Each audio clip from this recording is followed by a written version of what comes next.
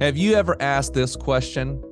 Can I retire? Well, if you're thinking about it and you're trying to figure out how do I navigate this idea of getting to and throughout retirement, you're going to love this episode. We actually answer the question, what do I think about if I'm thinking about retirement? Our goal is by the end of this episode that you'll have something that really help you feel like, you know what? I am now confident. I think I could go down this path of retirement.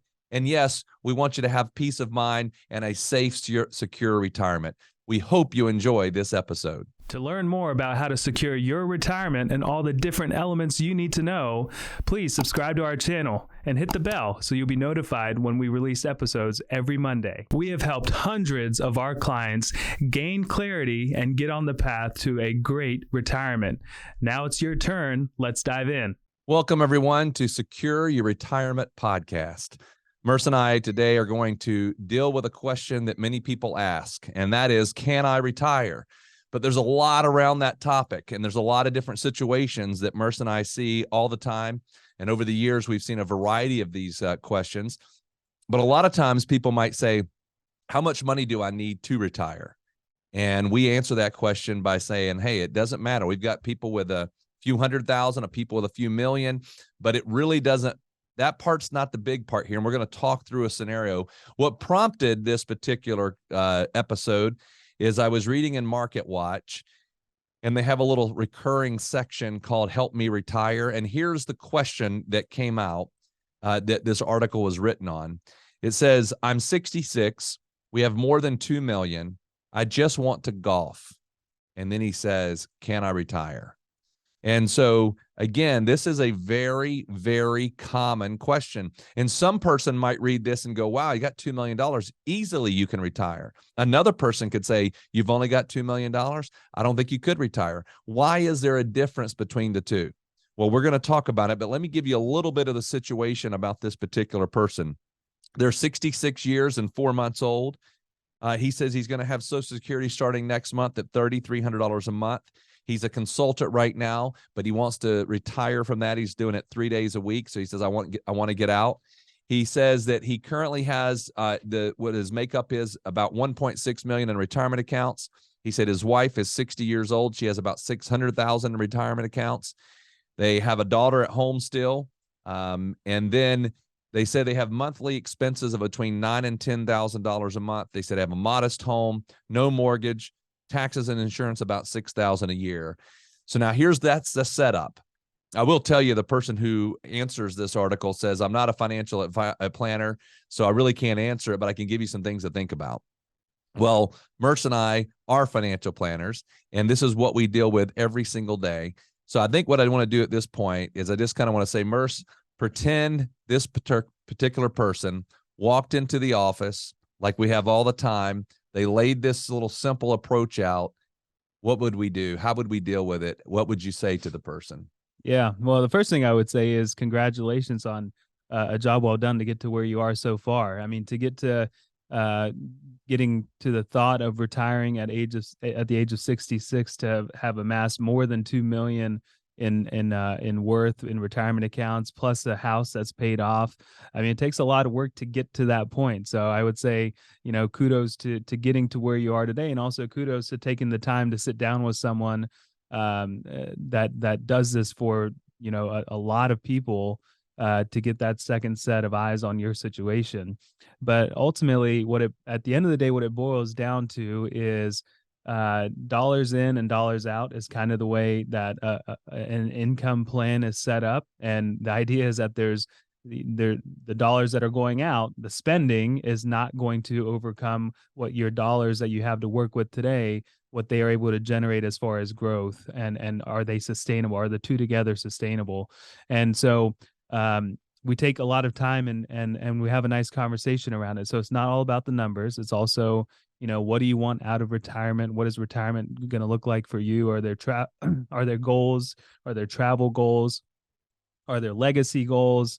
Are there things that you are concerned about? Healthcare issues, long-term care, all these different things that when it comes to building what we call a retirement-focused financial plan, it's not just about, hey, how much money do you have? What are you going to get from Social Security? And how does this all play together?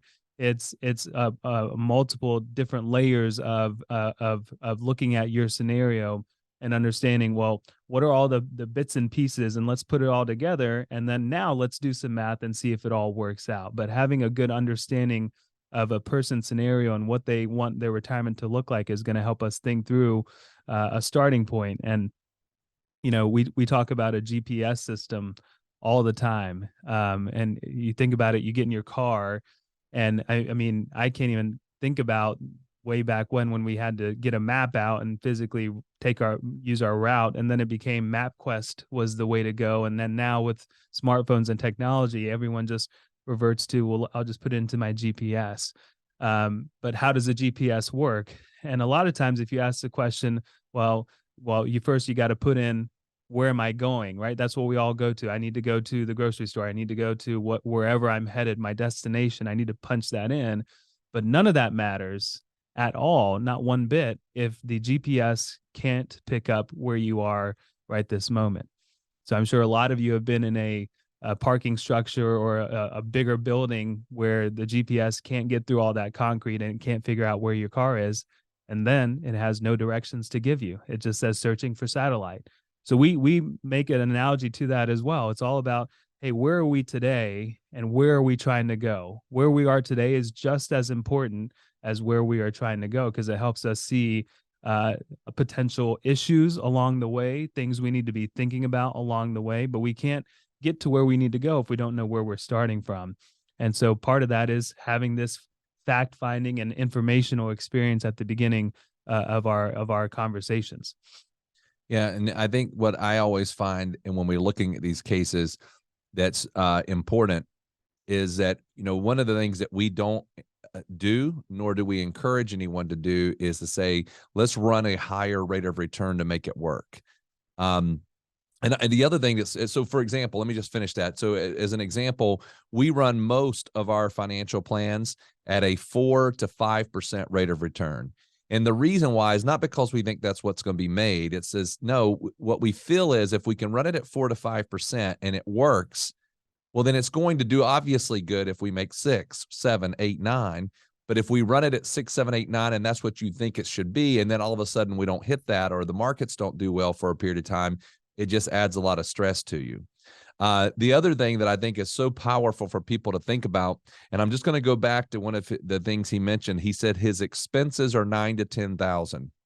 When we hear that, we start asking, when you say that, what are you talking about? And what we find is that we might have a scenario there where the person says, well, I mean, 3,000 of that, 2,000 of that, whatever that number is travel. And so when we have the conversation there, what we find out is that they have these plans. The person says, I'm going to retire, and while I'm younger in retirement, I want to do a bit more travel. And so we have built in a bigger budget. The problem when you run that out over 30 years is that if I build that into a 30-year plan, it can be stressful to the plan. So what we'll do is say, look, can we have a fund, this extra amount of money that I'm going to have for maybe 10 years? Which is, I'm going to tell you across the board about what the situation is. A person goes and does a lot for the first 10 years, and then they kind of go, I have this hobby now, or I have this thing I'm doing here, and they don't travel as much, and that's controllable. So we want to illustrate it both ways.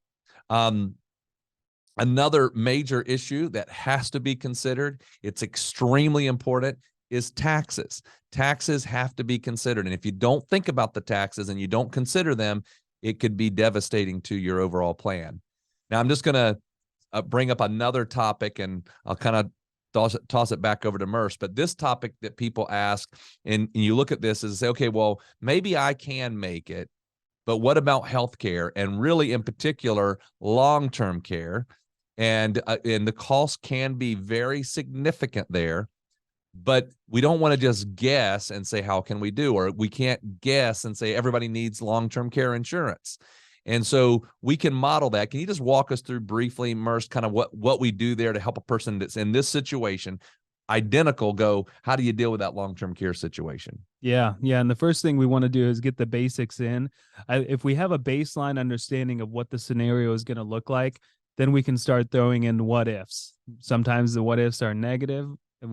or realistic of planning for long-term care. Sometimes the what ifs are really positive and the fun stuff for retirement planning, which is maybe I want to buy a second home, or can I afford to buy a boat, or we have a client that bought an RV, so um, uh, once we have a baseline, and here's what that baseline pretty much looks like. A lot of the data that Radin said at the beginning for the article is in here, right? So what do we have as far as income that's coming in the door, Social Security, pensions, maybe rental income, whatever that is, as far as assets saved up. So in this case, the person has a lot in retirement accounts, heavily in pre-tax retirement accounts, which leads to tax strategy in the future. And then how are we going to spend? So understanding that spending part of it. Once we have those basics in there, then we can run a retirement simulation of, well, here's how things are going to play out: dollars in, dollars out, and what do our assets look like, assuming some type of rate of return, also assuming some type of inflation. And say that scenario looks just fine, and we're at age 90, 95, 100 with plenty of assets left over, then the retirement plan looks good. And now we get to throw in the what if. So in the case of the what if there is a long-term care scenario, the question is usually, can we afford to self-insure, or do we need to look at transferring some of that risk to an insurance company? And so what we're able to do in our scenario is we're able to say, okay, let's pretend that one of the two go into a long-term care scenario. Typically, we'll send them in a little bit earlier, say at the age of 80, and we have all the metrics as far as, well, what does long-term care cost as far as assisted living cost averages? We have an average of a typical stay. We have the average inflation rate. All that is built into what we're running. And we say, hey, yeah, for 4 years or so, you're going to have a very expensive 4 years, probably going to cost somewhere in the realm of $400,000, $500,000, $600,000, depending on the level of care. And after that, now what happens? Well, we assume that one of the person that was in the long-term care scenario, they passed away, and now there's the surviving spouse, and some expenses are reduced, but ultimately we're paying for all of that with our own retirement assets. And how does that plan work out? And usually the biggest question there is there enough assets left to support the surviving spouse and get them to age 95, 100, whatever they want to look at? And if there's plenty by the end of all that, well, then you have a decision to make. It seems like we can self-insure, but again, it's a comfort level thing. Do I want to take all that risk on myself?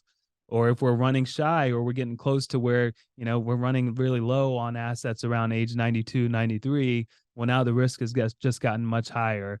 And we start thinking about, well, here's what long-term care planning would look like. And there's all types of conversations that we have around that. But I think the biggest thing is understanding that we take the time to get a baseline in so that we can then make comparisons off of what that baseline is. Yeah, so there's a lot of moving parts. We understand that. What I'd like to, I think, close with on this episode is this. Sometimes I think people think, you know what?